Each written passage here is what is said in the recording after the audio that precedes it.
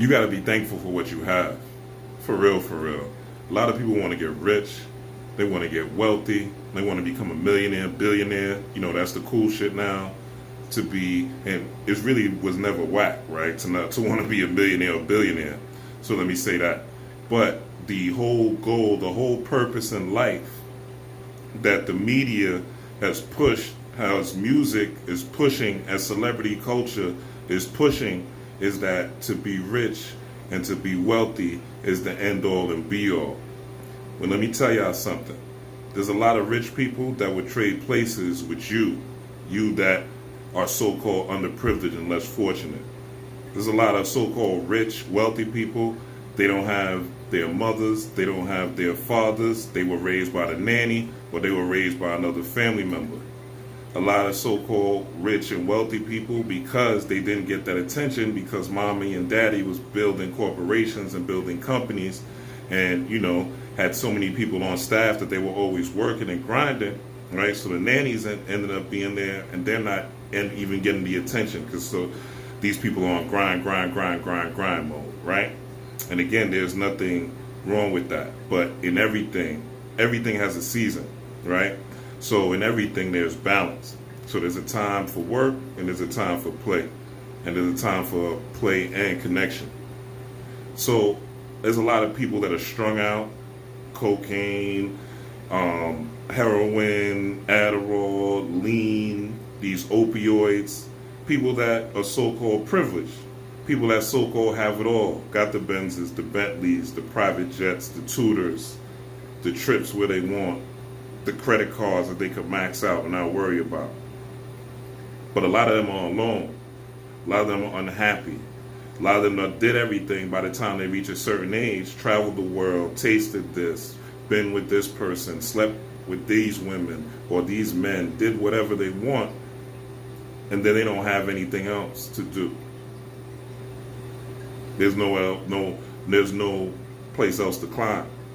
And a lot of times, because these people haven't been through anything, they have a false sense of morality as well. So they'll go on the side of Christianity or the side of the so-called, well, really, in America, it would definitely be a Christian tradition, because that would be the so-called righteous and the white way, because Jesus is the patron saint. American Jesus is the white hippie. And that's the mascot for spirituality in America. So a lot of them go along that, or they go down a really dark left-hand path, you know what I'm saying? So where they just want to hex somebody and curse and scorch the earth, right? Because they think their lives are so difficult because they're isolated or they're alone or they don't have friends or they haven't developed sufficient social skills. So I'm saying all this to say is don't ever downgrade your life. I remember traveling into a foreign country when I was younger. I'm not going to say the country, but it was, let's say, quote unquote, impoverished, right? And coming off the plane and seeing all the children asking for money and everything, right? And I was a child myself, so seeing the people run up and just ask people for money, I was like, damn, why they doing that? But then, I actually, as a child, was playing with other children in the village. And I was like, these kids are much more happier with less. And we was playing with like jacks. Jacks is like balls and these silver metal things. And we are playing with jacks. And we're like, we're happy.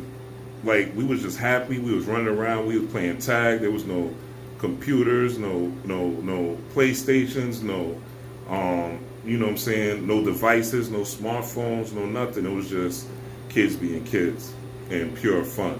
You know what I'm saying? In nature, in sand, playing by water, playing in actual farms with animals, in this other country. And this is just daily life. So sometimes the so-called privilege of having all the material things, Biggie said it best, rest in power, more money, more problems.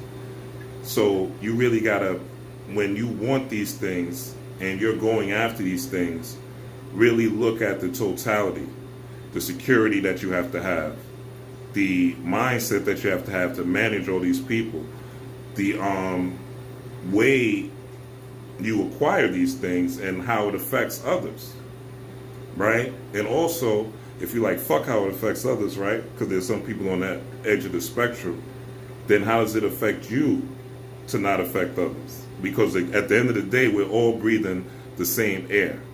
We're all breathing the same air at the same time. So we all have a connection. There's something called magnetite crystals that's in our brains, all of our brains, literally called magnetite, magnetic crystals that connect me with you, and you connect to nature, to the animals. The animals have magnetite crystals as well. So our connection to everything, the circle of life, right? Oftentimes we're like people that do certain things that are so-called wicked or whatever, that they're getting away with it. But how do you know unless you live their life? How do you know the neurosis that they have when they are in bed? How they have social anxiety, can't deal with people, can't be in crowds, how they can't talk to men, can't talk to women, how they are extremely jealous, how they are very, very insecure. But they have money, they have resources, they have finances. So don't let of course, the goal should be to get as much as you can while you're here on earth. Be fruitful and multiply, not just in babies, but in commerce, in dreams, in achieving goals. But also remember, as you grow physically, grow spiritually as well. Develop your mind.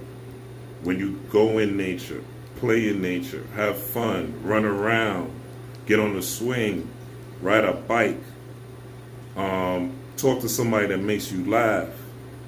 You know what I'm saying? Write out a plan, write out a goal. If you're in a tough spot, write out or schedule a way to get up out of it. Make your life what you want it to be, but consciously create it. Don't just wait for things to come to you. Do things that'll make you feel lighter, even in the midst of the stress. Put on some comedy. Find somebody that makes you laugh. Talk to a lover. You know what I'm saying? If you don't have a lover, shit, talk to yourself and love on yourself and smile to yourself. Scientifically speaking, if you smile for 30 seconds, you automatically get dopamine. So you get happier. So the key is not to look at anybody, not to look at what anybody has, not to be jealous of what you see on Instagram, on Facebook, on Twitter, of someone else's life or lifestyle, but to maximize your life and your lifestyle.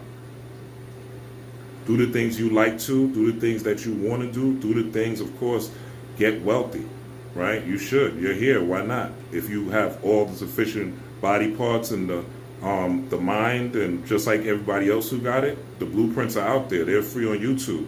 There's millionaires and billionaires teaching on YouTube. Like literally giving interviews and telling you how they got it and what type of mindset you need to have to get it. So that's one aspect of the game. But what about the other aspect? The getting over these things that make you insecure, these things that make you depressed, these things that give you anxiety, these things that you keep gravitating to, these people that you keep gravitating to, these events that keep happening. How can you fix that? How can you hack your mind and hack your spirit? What tools do you need? I was watching Coming to America, and I noticed they had the initiation system. You have to really peep it. But in order for him to become a prince, he had to clip the hairs off a lion, and he had to think strategically on how he was going to clip these nose hairs off this lion. And he had to also go through the courage ceremony of him putting himself out there like they was going to circumcise him, right? And I like that because that was showing that you have to go through things. Initiation system is going to put you through some tests. It's going to put you, life's initiation system is going to put you through some tests and put you through some obstacles. And sometimes those obstacles and those tests will repeat and duplicate. They'll repeat and duplicate. And if you don't get the message, they're going to keep repeating and duplicating again until you get the message. So the key is to know that you're good enough, to know that you're great enough, to know that you are powerful enough, and to know that no matter what someone else someone else has, or someone else has gotten, or someone else has achieved, you can get it too. If you put forth the effort, if you follow the blueprints, and if you put your own unique, individual, I am the sperm that hit the egg, the only one out of all the sperm, if you use that type of power and put it into something that you're creating, it's going to become successful, it's going to yield fruit. So the key is not to be jealous. The key is not to look at people and be like, wow. The key is to be happy in your own element, be happy right where you are, create plans, create goals, strategize, and plot to get to where you want to go. But make sure it's where you want to go, not something that is going to impress someone else. Because at the end of the day, you're the only person with that social security number. You're going to be the only person that's in that grave. You know, even if you're in a mausoleum, you're still going to be by yourself when you die. You know, so the key is, again, don't be jealous. Don't be jealous. More money, more problems, usually. And sometimes those problems are not something you're even ready for or built for. A lot of people make a whole lot of money. We see it with the musicians and the rappers, and that's when they get killed. That's when they get killed. If they didn't have all this money, they wouldn't have these issues, and they'd probably still be alive today. So be careful what you wish for. Peace, power, and prosperity to all of you.